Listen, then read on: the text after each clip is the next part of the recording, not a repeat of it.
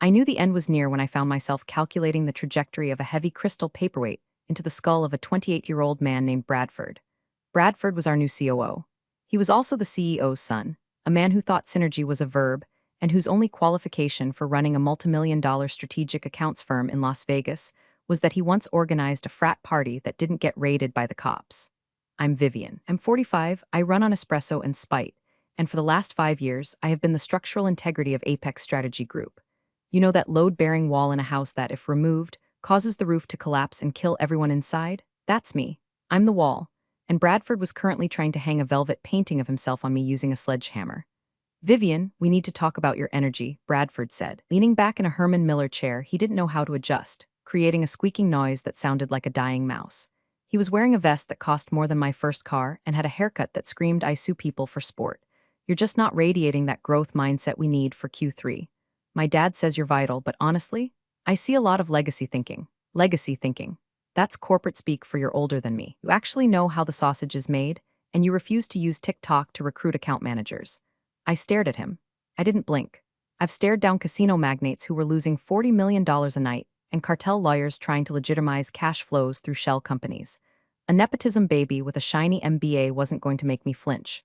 Bradford, I said, my voice smooth like concrete pouring into a grave. I just saved the monolith account. You know, the one that pays for the leased Porsche you parked in the handicap spot downstairs? I haven't taken a vacation day since 2019. My energy is focused on keeping the ship from hitting the iceberg you seem intent on steering us toward. He waved a hand dismissively, like he was shooing away a fly or a pesky labor law. Relax, Vive, you're so intense. Look, take a break. Seriously. Go eat pasta in Italy or whatever women your age do to find themselves. We've got this covered. I've got some frat buddies coming in to shadow the ops team. Fresh eyes, you know? I felt a vein in my forehead throb. It had its own pulse, a little drumbeat of rage. I needed out. Not forever, just long enough to remember what oxygen tasted like without the flavor of recycled air conditioning and desperation. Listen, before I tell you how I burned this place to the ground using nothing but a cell phone and a glass of Pinot Grigio, do me a favor. If you're enjoying the incoming wreckage of a rich kid's ego, hit subscribe and maybe drop a like and comment. It fuels my cold, dead heart, so I booked the trip. The Amalfi Coast, 3 weeks. Unheard of in my industry. In Vegas, if you leave your desk for lunch, someone tries to steal your client list. Leaving the country was basically inviting a coup, but I was tired. My bones felt like they were made of lead pipes. The farewell happy hour was a joke. It was held in the break room, catered by a sandwich shop that I'm pretty sure washes their lettuce in tap water from the erratic toilets next door. Bradford stood on a chair to make a speech. We're going to Miss Vivian, he announced, holding a lukewarm beer. But let's be real, guys. Sometimes, you gotta trim the fat to let the muscle grow. We need speed. We need agility. We don't need dead weight and leadership. The room went silent. You could hear the hum of the refrigerator. My team, people I had trained, people I had shielded from the CEO's tantrums, people whose mortgages were paid because I closed deals at 3 a.m. on Christmas Eve, looked at the floor. They knew. They knew he was insulting me to my face, and they were too terrified of the Prince Regent to say a word. Dead weight, I repeated, swirling my Diet Coke. It's a metaphor, Vive. Don't get sensitive, Bradford laughed, hopping down. Just enjoy your pasta. Leave the heavy lifting to the big dogs. I looked at him, really looked at him. I saw the insecurity masked by cologne and teeth-whitening strips. I saw a boy playing business with his daddy's money, and I felt something shift inside me. It wasn't sadness. Wasn't even anger, really. It was the click of a safety being disengaged. You're right, Bradford, I said, placing my unfinished drink on the table. I should let the big dogs eat. I walked out of that office without clearing my browser history or saying goodbye. I left my laptop on the desk. I left my files locked. As I walked to the elevator, the air felt different. It was the calm before a storm, but I wasn't the one who was going to get wet. I had a plane to catch. And as I descended to the lobby, leaving the neon glow of the strip behind me, I had a strange premonition that when I came back, the locks on the doors would be changed, or I'd own the building. I just didn't know it would happen so fast. The Amalfi Coast smells like lemons and money. It's a scent that screams, your problems are too poor to find you here. I was 3 days in, sitting on a terrace that hung off the side of a cliff like a suicidal goat, sipping a glass of wine that cost more than Bradford's education. For the first 48 hours, I had the phantom vibration syndrome. I kept reaching for my phone, expecting a crisis. Did the merger go through? Did the SEC audit the Henderson account? Did Bradford accidentally reply all with a dick pic? But the phone was silent. It was unnerving. In my line of work, silence isn't peace, it's an ambush. On the third day, the phone finally rang. I looked at the screen. Apex HQ Bradford. I debated letting it go to voicemail. I was watching the sunset bleed purple and orange into the Tyrrhenian Sea. I didn't want to hear his nasal whine, but old habits die harder than cockroaches in a nuclear winter. I picked up. Vivian, Bradford's voice came through, choppy and tinny. He sounded breathless, like he'd just run up a flight of stairs or finished embezzling funds. Bradford, I said, keeping my eyes on a yacht drifting in the distance. I'm on vacation. Unless the building is on fire, this counts as billable consulting hours. Yeah, about that, he said. There was a pause. I heard papers shuffling. We've been reviewing the headcount, the direction of the firm, and honestly, it's not working out. I took a sip of wine.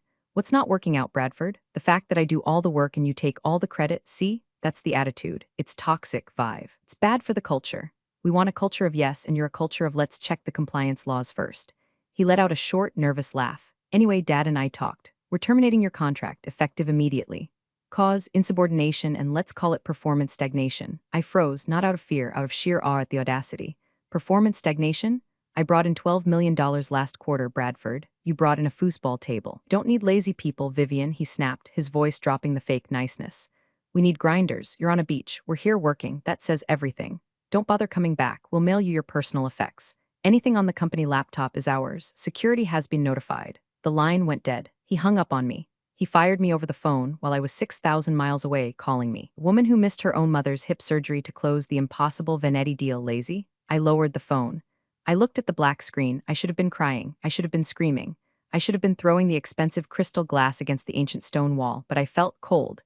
I felt the kind of cold that burns. It was a clarity so sharp it could cut diamonds. Rough call, the voice came from the table next to mine. I turned, sitting there, looking like he had been sculpted out of olive wood and bespoke tailoring, was Dante Morty. If you work in high-stakes corporate strategy in Nevada, you know Dante. He's the CEO of Obsidian Global, my firm's biggest, fiercest, and most ruthless competitor. Dante was the shark that swam in the deep water while Bradford was playing with rubber ducks in the bathtub. We had been rivals for a decade. We had stolen clients from each other, blocked each other's acquisitions, and engaged in a silent war of attrition that would make the Cold War look like a pillow fight. He was wearing linen. He was drinking espresso. He looked amused. You have no idea, I said, placing my phone on the table face down. Just got fired, by a child wearing a vest. Dante smiled. It wasn't a predatory smile. It was the smile of a chess player who just watched his opponent blunder their queen. He signaled the waiter for another glass. Bradford? Dante asked. He knew the players. Bradford, I confirmed. Apparently, I'm dead weight and lazy. Dante laughed. It was a rich, deep sound that startled a seagull nearby. Lazy, you? Vivian, you're the only reason I haven't bought that company and turned it into a parking lot for my employees. I've been trying to poach you for 7 years. I know, I said. I have the emails. And now, Dante said, leaning forward, his eyes locking onto mine. You're a free agent in Italy, sitting next to me. Coincidence? I asked, raising an eyebrow. Fate, he countered. Or maybe I have a better travel agent. The question is, Vivian, are you going to go home and cry, or are you going to help me destroy them? I looked at the wine. I looked at the sunset. I thought about Bradford's smug voice calling me lazy. I thought about the 5 years of missed birthdays, the stress ulcers, the loyalty I had poured into a bucket with a hole in the bottom. I picked up my glass and clinked it against his. I don't want to just destroy them, Dante, I whispered, and the ocean breeze carried my voice like a curse. I want to bury them. I've been waiting for this call. To understand why Dante Morty was sitting next to me on an Italian cliffside, offering me the nuclear codes to my former employer's destruction, you have to go back 2 years. Las Vegas is a small town draped in neon camouflage. Everyone knows everyone's dirt. 2 years ago, Obsidian Global, Dante's firm, was facing a crisis that would have vaporized a lesser company. One of his junior partners had gone rogue, embezzling client funds to cover a gambling addiction that spiraled into the 7 figures. The press caught wind of it. The rumors were starting to swirl like toilet water. My boss at the time, Bradford's father, the original tyrant, wanted me to leak the story. He wanted me to go to the Review Journal and hand them the smoking gun that would sink Dante. It was the smart business move. It would have eliminated our biggest competitor overnight. But I didn't do it. I operate on a code. It's a rusty, beat-up code, but it's mine. You beat the competition because you're better, not because you shank them in the alley while they're tying their shoes. Plus, I knew Dante. I knew he was honorable, even if he was ruthless. Didn't know about the embezzlement. He was being blindsided. So I called him, 2:00 a.m. on a Tuesday. Dante, I had said, check your ledger for the Henderson account. Look for transfers to a shell corp in the Caymans, and fire your VP of Finance before 6:00 a.m. or you're going to prison. There was silence on the line. Then a quiet, why are you telling me this, Vivian? Because I want to beat you fair and square, Morty. Not because your staff is incompetent. He fixed it. He fired the guy, reimbursed the funds from his own pocket before anyone noticed, and the story died before it was born. He saved his company, and he never forgot.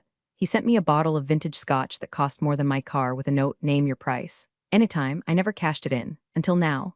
Back in Amalfi, Dante watched me over the rim of his espresso cup. The sea below us was turning a deep, bruised purple. You remember the offer I made you that night? Dante asked quietly. VP of Strategy, equity partner, full autonomy. I remember, I said. I declined. I told you I was loyal. Loyalty? Dante spat the word out like a grape seed. Loyalty is a currency, Vivian. You spend it all on a company that just declared bankruptcy on your character. Bradford doesn't know what he just did. He didn't just fire an employee. He pulled the pin on a grenade and put it in his pocket. I swirled my wine. I don't want a job, Dante, not yet. He raised an eyebrow. Oh, you plan to retire? Knit sweaters? Maybe start a podcast? No, I smiled, and it was a smile that didn't reach my eyes. It stayed on my lips, sharp and dangerous. I want to watch them drown first. I want to dismantle the house I built, brick by brick. And then, when there is nothing left but dust and Bradford's tears, maybe we can talk about employment.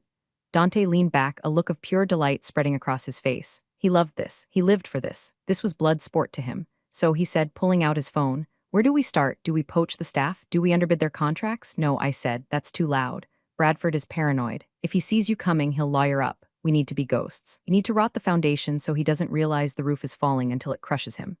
I reached into my bag and pulled out my personal tablet. It wasn't connected to the company servers. I wasn't stupid, but it contained something far more valuable, my brain and my contacts. I have 3 calls to make, I said. Just checking in, friendly chats. I won't violate my NDA. I won't say a bad word about Apex. I'll just ask questions. Let silence do the heavy lifting. Dante signaled the waiter again. Bring the bottle, he ordered. Then he looked at me. Who's first, Mr. Takagi, I said. The casino magnate, the one who hates instability. The one whose contract renews in, oh, look at that, 14 days. Dante grinned. I love it when you're evil. I'm not evil, Dante, I said, dialing the number. I'm just efficient. And I'm currently unemployed. I have a lot of free time. The art of corporate sabotage isn't about screaming. It's about whispering. If you scream, you look crazy. If you whisper, people lean in to listen. I sat on that terrace, the Italian moon rising like a silver coin, and I made the calls. First up, Mr. Takagi. He runs 3 of the biggest casinos on the Strip. He's old school. He doesn't sign contracts with companies. He signs contracts with people. He trusted me because I once flew a notary to his yacht in the Mediterranean during a storm to get a deal closed. Vivian-san, his voice boomed. I was told you were on vacation. Why are you working? I'm not working, Mr. Takagi, I said, keeping my voice light, breezy. I'm just enjoying some wine in Amalfi. But well, I wanted to personally apologize. Apologize for what? The tone shifted instantly, from warm to wary. I won't be overseeing your renewal next week, I said. Management has decided to go in a different direction regarding my employment. I just wanted to make sure you were in good hands. Has Bradford reached out? He's enthusiastic. Silence. Long, heavy silence. Bradford? Takagi asked. The boy who wears the sneakers to board meetings? He has a very modern approach, I said. I'm sure he'll explain his vision to you. I just didn't want you to think I abandoned you without saying goodbye. It was sudden. Sudden, Takagi repeated. I see. Thank you, Vivian. Enjoy your wine. Click, I looked at Dante. He's going to call Bradford within 10 minutes. He's going to scream at Bradford, Dante corrected. Next call, Sarah Jenkins, CEO of Verd Tech, a self-made billionaire who hated tech bros with a passion. She worked with me because I was a woman who survived the boys' club. Sarah, I said, how's the IPO prep? Vive, it's hell. I need you to look at the S1 filing drafts this Thursday. I don't trust my lawyers. Ah, Sarah, I can't, I said, injecting a note of genuine regret. I'm no longer with Apex. Effective today. They felt I wasn't a culture fit for the new leadership. Excuse me? Sarah's voice went up an octave. Who the hell is the new leadership? Bradford took over operations, I said. He's bringing in some of his peers to modernize the strategy. It's very fresh. I'm sure you'll love the energy. I don't want energy, Vivian. I want competence. I have an IPO in 3 weeks. Does this Bradford kid know SEC regulations? I can't speak to his qualifications, I said, which is the most damning thing you can say about anyone. But I'm sure he'll do his best. This is a disaster, she muttered. I need to review our termination clause. Page 45. Paragraph C, I said from memory. Performance contingency. Just in case you're an angel, goodbye. Third call, the whale, Arthur P. Sterling, old money, real estate, the kind of guy who owns the land the casinos are built on. He hated change. He hated youth. He hated surprise. Arthur, I said, I'm calling from Italy. Vivian, bring me back some olive oil. I will. Listen, Arthur, I wanted to give you a heads up. My access to your secure files has been revoked. I've been let go. Let go? He sounded like I'd just told him the sun had exploded. Yes, just a shifting of the guard. But don't worry, Bradford is taking personal charge of your portfolio.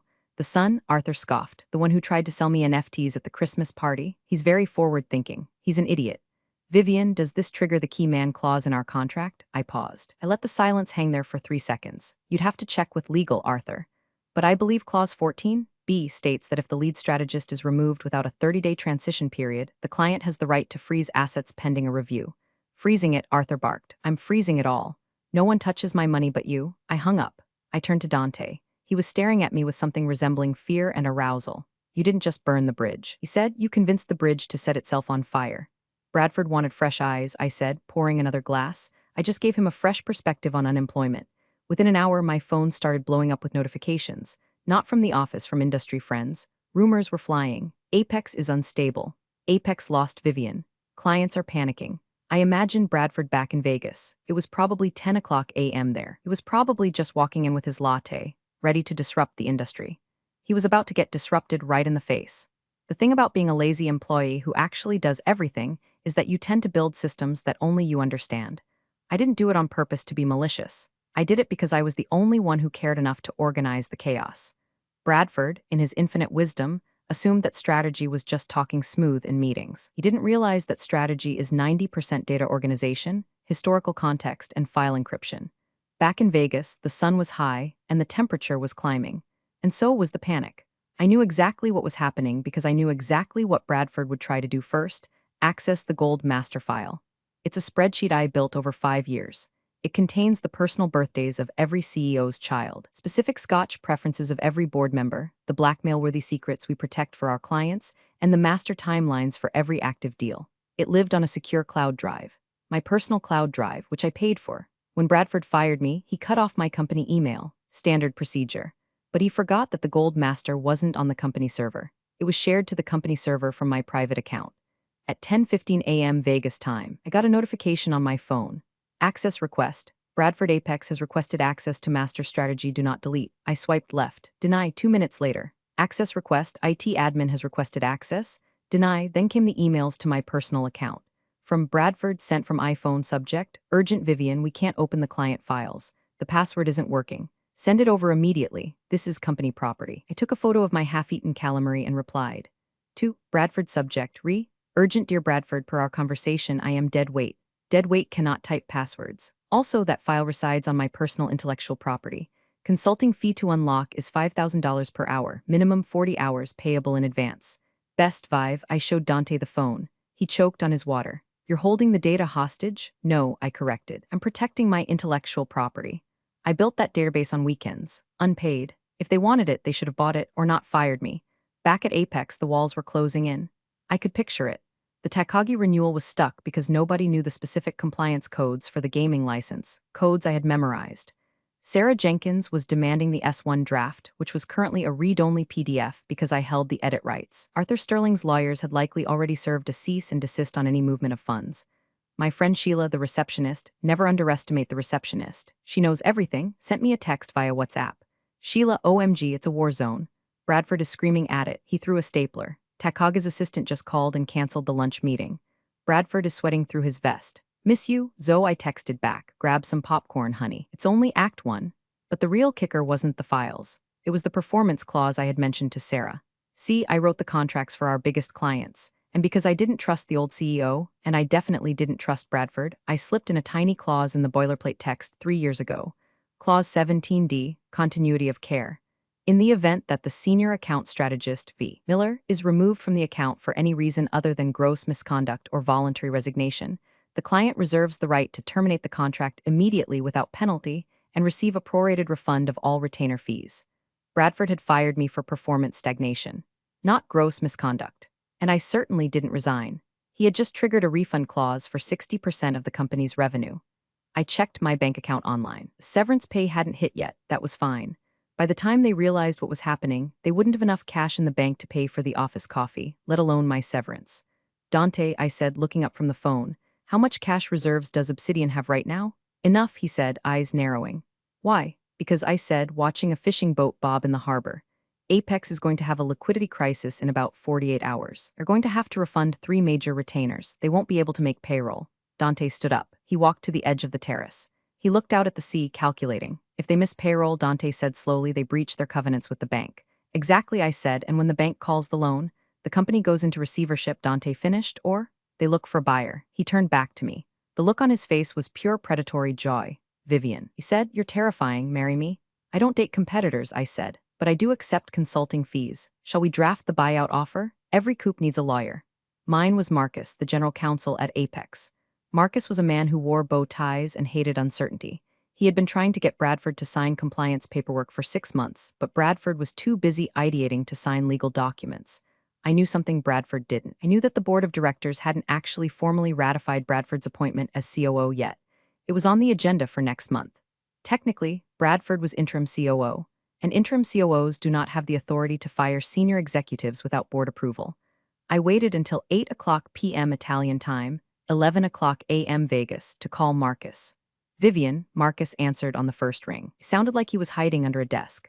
Please tell me this is a nightmare and I'm going to wake up. It's real, Marcus. Bradford fired me while I was eating risotto. He's an idiot, Marcus hissed. He didn't run it by me. I found out when HR sent the ticket. Vivian, Takaga's lawyers just faxed a termination notice. Citing Clause 17D, did you write that clause? I write comprehensive contracts, Marcus. You signed off on them. I didn't think they'd actually fire you. He sighed, a sound of deep existential fatigue. Vivian, we're bleeding out. The refunds? We don't have the liquidity. Bradford spent the reserve cash on the new office renovation. The creative pod with the beanbags, of course he did, I said. Marcus, I have a question. Did the board vote on Bradford's permanent status yet? Silence. Marcus? No, he whispered. The meeting is next week, so I said, my voice dropping to a conspiratorial whisper. He acted outside his authority. He fired a key executive, triggering massive financial penalties without board approval. That sounds like, what's the legal term? Breach of fiduciary duty? It is, Marcus said, it absolutely is. And if the board finds out that the interim COO just bankrupted the company, they'll remove him, Marcus said. But Vivian, it's too late. The clients are gone. The damage is done. The stock value is going to tank as soon as this leaks. Exactly, I said, which makes it the perfect time for a white knight to swoop in. What are you saying? I'm saying that I'm sitting with a deeply concerned investor who hates to see good companies fail due to bad management. An investor who has the capital to cover the refunds and stabilize the ship. But he would need full control. Marcus paused. Morty, I can neither confirm nor deny, I said. But if an offer were to land on the chairman's desk within the hour, do you think the board would consider it? Consider it? Marcus laughed, a manic, desperate sound.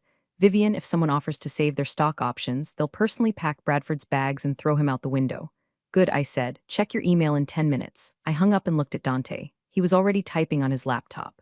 The buyout offer was ready. We had drafted it over dessert. It was an insultingly low offer. Pennies on the dollar. But it included a promise to cover the immediate debts and retain the staff. It was a lifeline thrown to a drowning man, but the rope was made of barbed wire. Send it, I said. Dante hit send. The beauty of it was the timing. It was lunchtime in Vegas. The board members were checking their phones. They were seeing the panic. They were seeing the client cancellations. And suddenly, ping, an offer, a way out. Now, I said, pouring the last of the wine, we wait. You know, Dante said, closing his laptop. You're scary, I like it. But what happens to you? Do you come with the furniture? I'm not furniture, Dante, I said. I'm the architect. And if I come back, it's not as an employee, it's as the landlord. The sun began to set on day 4. In Vegas, the storm was raging. Here, the sea was calm. I took a deep breath. The air tasted sweet. It tasted like victory. But the best part was yet to come. I wanted to see the look on Bradford's face. And thanks to modern technology, I was going to get my chance. The emergency board meeting was called for 4 p.m. Vegas time. I wasn't invited, obviously. But Marcus, bless his bow-tie-wearing heart, left his phone line open on the conference table. He put it face down, muted, so I could listen.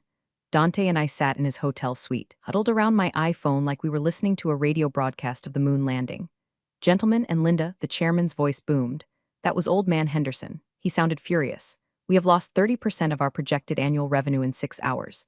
Can someone explain to me why our stock is trending on Twitter under the hashtag #ApexFail? It's a temporary setback, Bradford's voice squeaked. He sounded smaller now, less arrogant. Vivian was. She was holding us back. This is just the market adjusting.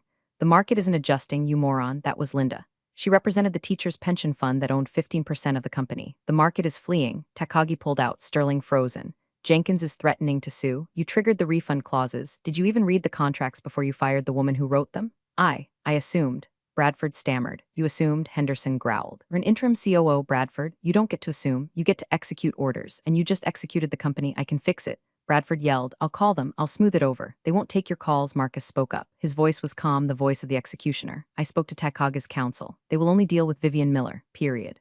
Well, hire her back, Henderson shouted. Give her a raise, give her a pony, I don't care, just get her back. She declined, Marcus said. She said she's enjoying her vacation, however. I squeezed Dante's hand. This was it, however, Marcus continued. We have received a formal acquisition offer. It's aggressive, but it's a cash deal. Immediate liquidity. It covers the refunds and stabilizes the stock.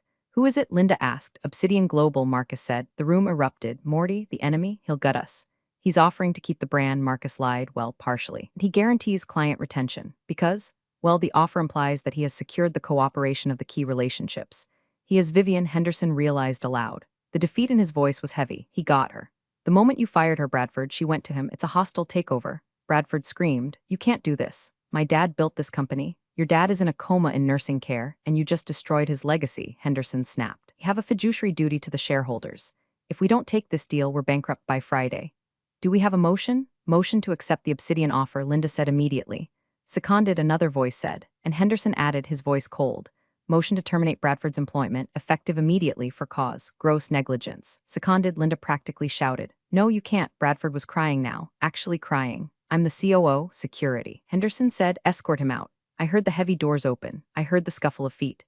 I heard Bradford's muffled protests fading down the hallway. "All in favor?" I. The motion carries," Henderson said. "Marcus, call Morty. Tell him he owns the place." Dante looked at me. He didn't smile, he just nodded. It was a solemn moment. We had just killed a company and birthed a new empire. "Well," Dante said, picking up his phone as it began to ring. "I guess I have to go to work." I corrected him. "We have to go to work." "Right," he said, answering the call. "This is Dante." "Yes, Marcus, I heard. We accept. Have the papers ready. I'll be there in 12 hours. He hung up. "Pack your bags, Vivian. We're going to Vegas." I looked at the Amalfi Coast one last time. It was beautiful. But there was nothing quite as beautiful as the sound of Bradford losing his job. We flew private, obviously. Dante didn't do commercial. And frankly, neither did I anymore. We landed in Las Vegas at 10 a.m. the next day. The desert heat hit me like a blow dryer, dry and unforgiving. It felt like home. We drove straight to the Apex building. The signage was still up, but everyone knew it was a ghost sign now. The acquisition had hit the news cycle at midnight. Obsidian Global acquires Apex Strategy in shock fire sale. I wore white. A crisp white power suit, sharp enough to cut glass. Dante wore black. We looked like the chess pieces that had just cleared the board. When we walked into the lobby, the security guard, old Frank, dropped his sandwich. "Miss Miller," he stammered, "I thought—" "I'm back, Frank," I said, smiling. "But my badge won't work." "Use the master key." He buzzed us in. The elevator ride was silent. When the doors opened on the 40th floor, the office was dead quiet. People were huddled in cubicles, whispering.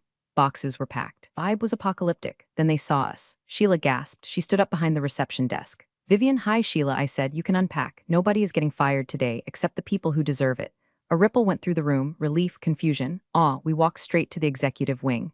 Bradford's office door was open. It was being cleaned out by 2 interns. His vest was still on the coat rack, a sad relic of a failed regime. We walked into the boardroom. The board was there. Henderson, Linda, the rest of them. They looked tired. They looked like they had aged 10 years in 24 hours. When I walked in next to Dante, the air left the room. "Vivian," Henderson said, standing up. He looked ashamed. "We didn't know. You didn't ask," I said simply. "You let a child drive the bus and you're surprised he drove it off a cliff." "We're fixing it," Linda said. "We accepted the deal." "Dante is?" "Well, he's the owner now." Dante stepped forward. He commanded the room without raising his voice. "Apex is now a subsidiary of Obsidian, but it will operate independently under one condition." He gestured to me. "Vivian isn't coming back as senior strategist," Dante said. "She's coming back as president of the Apex division. She has full autonomy. She answers only to me. And frankly, given how you all handled this, I'd suggest you listen to her." I looked at them. These people who had watched me work for 5 years and then let me be fired over the phone. "First order of business," I said, throwing a folder onto the table. "Takagi is back." I texted him from the plane. "Sterling is unfreezing the assets. Sarah Jenkins is sending over the S1 for review." The board let out a collective sigh of relief. "Second order of business," I continued. "We're removing the creative pod and putting the desks back. This is a place of business, not a daycare." "Agreed," Henderson said quickly. "And third," I said, leaning on the table, looking each of them in the eye. "If anyone ever questions my energy or calls me lazy again, I won't just leave. I will take every client, every file, and every stapler, and I will start my own firm across the street, and I will bury you so deep you'll need a drilling rig to find sunlight.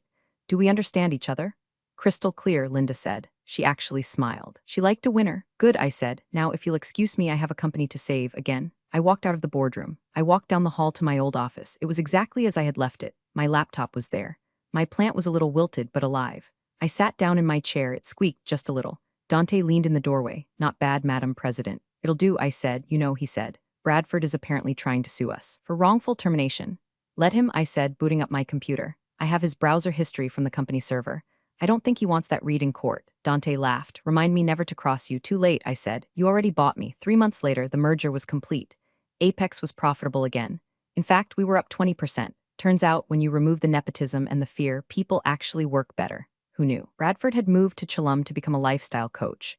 I assume that means he's currently scamming tourists out of money for crystals. Good luck to him. I was in my office, which was now the corner suite that used to belong to the CEO. The view of the strip was incredible. The neon lights flickered below, a sea of bad decisions and lost dreams. I was the shark swimming above it all. My assistant buzzed me. "Vivian, there's a visitor. He doesn't have an appointment." "Who is it?" "It's Mr. Sterling SR, Bradford's father, the old CEO, the man who built the company and then handed it to his idiot son. He had recovered from his health scare. Send him in." The door opened. Robert Sterling walked in. He looked frail, leaning on a cane, but his eyes were still sharp. He looked around the office, his old office. He looked at the new art on the walls. He looked at me behind his desk. "Vivian," he said, his voice raspy. "Robert," I said. I didn't stand up. I didn't owe him that anymore. He sat down in the guest chair. I heard what happened. I was indisposed. When I woke up, the company was sold. My son was in Mexico, and you were sitting here. "Life comes at you fast," I said. "You stole my company," he said. It wasn't an accusation. It was a statement of fact. "I saved your company," I corrected him.